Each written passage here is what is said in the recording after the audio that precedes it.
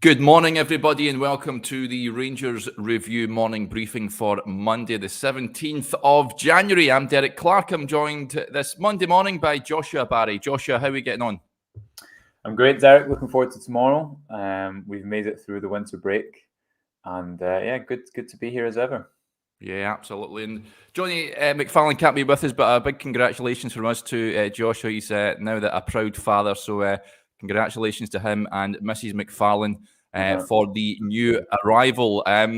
Before we continue to talk about Rangers, Joshua, I know many of you are watching us on YouTube now. Thank you very much for your company. If you haven't already done so, just hit that subscribe button so you'll never miss a video when we go live. And also, we've still got that fantastic offer on the Rangers Review website just now. It's absolutely free for the first month. Just head over to rangersreview.co.uk/subscribe. So go on there, check out the work that we carry out. If you do like it after the first month, it's just £2.99 per month thereafter. So top quality value. Okay, Joshua, a lot of talking points over the weekend to get our teeth stuck into. The first one that sort of emerged late last night was that Scott Arfield has finally called time on his international career. He's retired from playing with Canada. He posted a message on his Instagram last night where he says, "It's with a heavy heart that the time has come to officially announce my retirement from the Canadian men's national team. I've loved every minute representing Canada. I'm extremely grateful for the opportunities and experiences I have been given both on and off the pitch. From day one in the programme, I've stated that this team under the right guidance will fully reach their potential, and I'm proud to see it coming to fruition." He also goes on to say, "I'm desperate to see the boys get to Qatar and let the world see what a fantastic place Canadian soccer is in. Thank you. It's been a pleasure." He's sort of semi-retired a while ago, Joshua, but this is now concrete, of course. He can concentrate on his club football. There has been murmurings. We spoke last week that a couple of clubs in Turkey are keeping tabs on him. Of course, he's out of contract in the summer. What do you make of this news that he's finally called time on his international career? Yeah, and you can tell he's always spoken really passionately about Canadian football, Derek. I remember an interview he did, I think it was with Sky Sports before the Hearts game. And obviously he's been involved in Canadian football for a while, and they have a lot of really good talent all around the world now. I'm thinking of Alphonso Davies is one. There's a forward at Lille whose name escapes me, but loads and loads of good players, and I think they probably will make the World Cup. But Arfield's obviously been a part of that process for a long time, and I'm sure it is with a heavy heart that he can't kind of make the culmination of it in Qatar. But I guess the interest from our point of view, Derek, is why that happens, because I'd imagine if Scott Arfield wasn't staying at Rangers, if there wasn't that foresight that he would maybe keep that door open. Maybe this is part of a new contract, not necessarily that he has to retire, but player loads at that age. As you say, he was already semi-retired. Maybe this is kind of what the player has decided is best for his next 2 or 3 years at club level. And I tend to think that he will get a new contract. 33, and I know that the role that he plays and demands a lot physically. But just looking at the level he's still at, I really think he could contribute and give a bit of depth there over the next season. So yeah, I'm sure it is with a heavy heart, but certainly seems to be have made himself a popular figure in Canadian football in the time that he's been there. And I'm sure he's made his contribution if indeed they do make it to Qatar. I'm sure he's made his contribution. I think from a Rangers fans' point of view, with so many players away in international duty, I'm sure the support won't mind one more person around the training centre not away in international duty at these breaks. Yeah, absolutely. Let's have a little look at the transfer news, Joshua. Of course, late on Friday evening, Rangers announced the pre-contract signing of John Souttar. He'll join the club in the summer as it stands. I know Hearts released a statement after the signing saying that he's still a Hearts player, of course, until nothing has changed with that regard until the end of the season. Your feelings behind the transfer? Do you think that Rangers possibly will try and bring him in before the month is out? I don't know. It's you always think with these. We spoke about it last week, and If Goldson's still around, I don't see that Suter plays ahead of Goldson at the moment.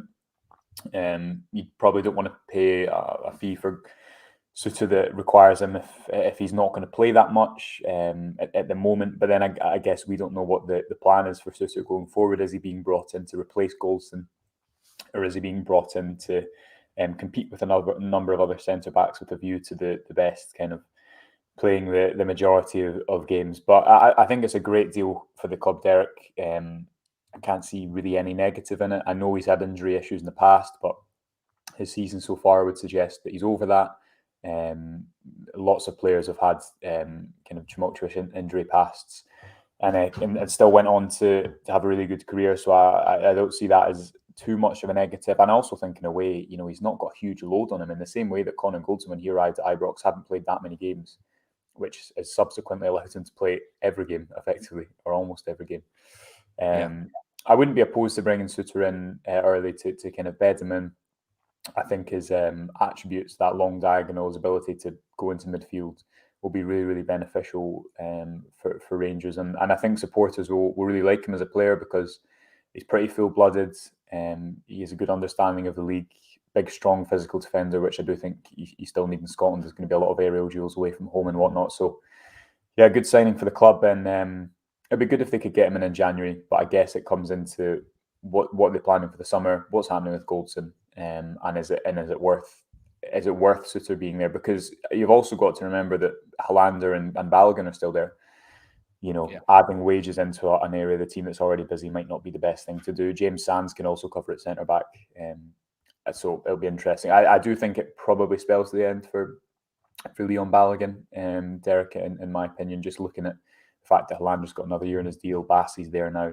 You've got Liam King signed another deal, and he'll be part of the first team squad. So it'll be interesting to see what happens there over the next few weeks. But as we keep saying, it's great to see that there's more contingency planning as opposed to a few weeks ago where before Calvin Bassey went into there, you really didn't know what the future of the centre-back position was. Now you've got Bassey pretty established. You've got Leon King on a long-term contract. You've got John Suter coming in, and it certainly looks a lot brighter. So good news for all concerned, I'd say. Yeah, absolutely. And Craig Levine has been speaking about the transfer as well. He says it's the steal of the century. He says I don't think anyone can blame John for making this decision, given everything he's been through. He says he's a Hearts supporter, Craig Levine. A big part of me would have loved it if he stayed with the club, but he said he had a couple of conversations with him, and it was definitely a big decision for him to make, but I think he's made the right one. So, Craig Levine just certainly given his take on the transfers, calling it the steal of the century. I think it made perfect sense for Rangers to move for him, given he was out of contract, and really looking forward to seeing him. And you look as well, Derek, at how it's worked with Kamara and Wright. Yeah. Neither of those players were necessarily the standout for the team, as we've spoken about before. Kamara was on the fringes at Dundee for, perhaps not the best. It wasn't really his fault, but nonetheless, he wasn't really starring at Dens. Scott Wright had a promising first half of the season with Aberdeen. So I think it's when you're signing players from the same league, obviously you've got to take factors like that into consideration. Given how good Suter's been in this first half of the season, I see it as a real positive. Yeah, there was a comment that came in as regards to the boy Skov Olsen from Andrew Simpson. Reports yesterday suggesting that Club Brugge in Belgium seem to be leading the way now for the 22-year-old. What do you make of that, Joshua? We'll try and get a more concrete picture of the situation with regards to Skov Olsen. He is a player we know that Rangers are interested in, but in terms of him possibly going to Club Brugge, there is a bit of money in Belgian football. What do you make of the news that you were reading last night? Well, as Stuart Robertson said when he was on the Athletics football podcast, I think the TV deal in Belgium is however many times bigger. I can't remember, but that was a depressing segment to hear how undersold the TV package is. But anyway, that's another conversation. I think at the time the word was that the club, that there wasn't a denial that there was interest. As the club, I'm sure, are interested in so many players because that's how modern scouting works. But there wasn't any truth in the bid, and that was perhaps more speculation from the other side, shall we say, trying to drum up a bit of noise. I think Scott Olsen would be a really, really exciting signing, Derek, and I think he'd fit the package of what we've spoken about a lot, which is you've got on the right wing Sakala, Wright, Hadji, all of whom have different capabilities, have different attributes, and under Van Bronckhorst have suited different games and different game plans. But what you've got on the left side is Ryan Kent, who can suit any game and any game plan. He can come inside, he can play that man running in behind. He can sit wide and win one-on-one duels all the time. And I think if you were to replicate that on the other side, that would just make Rangers a really almost a different opponent because of the quality they possess on that right-hand side. Scott Wright got a piece on him by Craig Vickers yesterday about playing as a traditional winger, which you can read for free, as you've said at the start of the show, Derek. I think Wright has a lot of good attributes. I think it is just about developing that end product. And we've said that for a while, but to Wright's credit, I thought against St Mirren, I don't know about you, Derek, but I thought his end product was better. Obviously, hit the post, scored from a corner at a couple of moments inside the box. Morelos should have scored from one of his cutbacks. And I think if Wright develops that, then for me, he's first choice in that area because you see how he impacted the game against St Mirren, but also against Dundee United, who Rangers looked really stale against in that first half. And the ability to just, as Van Bronckhorst said, stretch the defence, which doesn't just stretch the pitch, but it opens up gaps in the centre for which the team has to play through. So Scott Olsen would be an excellent signing, but I'd be surprised if that much money is spent in January. Saying that, I guess Patterson's left, and Ross Wilson said at the unveiling of Giovanni Van Bronckhorst, if players are sold, then money will definitely be reinvested in the team. So, we'll have to keep our eye out for it. Yeah, watch this space, certainly. There's an interesting comment coming here from Thomas Hopkinson. Joshua, he says, Aribo's a massive miss. He's been the spark in getting the team clicking. Who will step up to be that player? Excited to see Gio and his team have managed to do with the winter break buzzing for tomorrow. We sort of touched this on the tail end of last week. It's a chance really for Yanis Hadji to step up to the mark and fill that void left by Joe Aribo, who again had another terrific performance for Nigeria in the African Cup of Nations over the weekend. He really is tearing it up down there. Is Hadji the man to fill that void, Joshua? I don't think he will be at Pittodrie, Derek. I think that you might even see Ryan Kent play centrally because he's done so. Yeah, I know. Well, I just think, you've got Sebastian Sakala, who we've seen it at Fir Park, and we've seen on different days, Dundee at home, how good he can be off the left wing. Scott Wright, I think, will continue that place on the right because I think Van Bronckhorst seems to be settling on those two wide wingers stretching the pitch. And I think what Hadji doesn't give you is that threat off the shoulder, which Aribo does. And you've seen how effective that was both at Livingston away and at Hearts away. And Ryan Kent can do what Aribo does in terms of receiving centrally. He's obviously played a lot centrally, but then can also make those darting runs off the back of the defence. And I think if Aberdeen are going to try and be intentional and dominate the game as they will as a home team, what you don't want is the threat of Ryan Kent running through the centre. So that's my little prediction, Derek. I don't know if it will come true, but I'd quite like to see that. Sakala, Kent and Wright in behind Alfredo Morelos with Glenn Kamara and I guess Scott Arfield just almost dovetailing with Ryan Kent, but maybe slightly more reserved. But we shall see. That's my inkling, though. That's my inkling. Yeah. Well, let's just talk briefly about that tomorrow. You're about to speak to Giovanni Van Bronckhorst. He's holding his pre-match press conference this morning, Joshua. And with regards to Yanis Hadji, I mean, he's not really had his best of seasons this season, it's fair to say. He started off well until he was crocked in that first game against Livingston.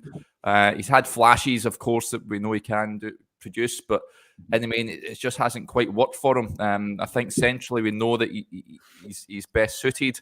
Do you think he's got a big part to play in the second half of the season?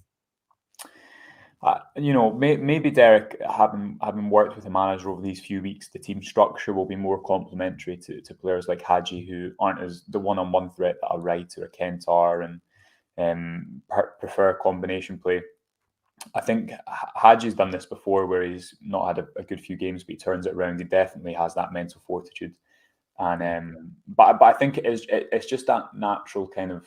You look at Kent and Aribo, and it both really took them until their third season to Kent at the end of last term when his football was just absolutely fantastic, and he's getting back to that. But Aribo this term with the goal away at Tynecastle and starting to really, really dominate games. And I think with Hadji, he's a different player, but his numbers have dropped relatively considerably this year. And I think the challenge for him is stepping up in big moments and affecting games in that way. So I think undoubtedly he'll be a big player in some aspects. He's also, you've got to remember that he's a valuable asset for the club, undoubtedly, but he doesn't look at best when he's got time to run at a player from the right wing, and that's the conundrum that Van Bronckhorst has to solve. So maybe it will be indeed Hadji in the centre tomorrow.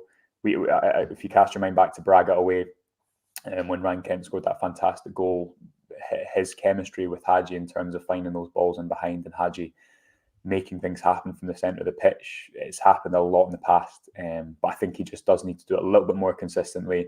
His expected assist, which is obviously the metric that we use to determine how creative a player is being effectively, that's almost half this season. So room to improve for Hadji, but he could go on and have a great second half of the season. And I think the whole Rangers support would be delighted for him, because I think he's really popular, but he's a frustrated player, and sometimes these creative players are. Yeah, Glasgow Rangers 1872 asked what time's the press conference. 10 past 10, we believe. And just stay tuned to the Rangers Review website. Yeah, not long to go. Joshua's about to head off to that. Keep your eyes peeled on the Rangers Review site, folk. We'll bring you the full transcript from both Giovanni Van Bronckhorst and the player that is put up to speak ahead of that game against Aberdeen. Okay, that'll do us there, Joshua. There's a piece on the website, folks, this morning, a great opinion piece from Gary Kermody on Giovanni Van Bronckhorst and how Jermaine Defoe wasn't given that final farewell to the supporters. Just shows that the Dutchman has that required ruthless streak to succeed as Rangers manager. I do urge you all to go and check it out. And remember, we've got that great offer on just now where it's absolutely free for the first month. If you just head over to rangersreview.co.uk/subscribe and then stick your details in. It's only £2.99 a month thereafter, so terrific value. And if you haven't already done so, if you're watching us on YouTube, just hit that subscribe button so you never miss a video when we go live. Okay, that'll do us there. Thanks to everyone for interacting with the show. It's very much appreciated, as always. We'll be back again tomorrow to look ahead to the Aberdeen game in more detail.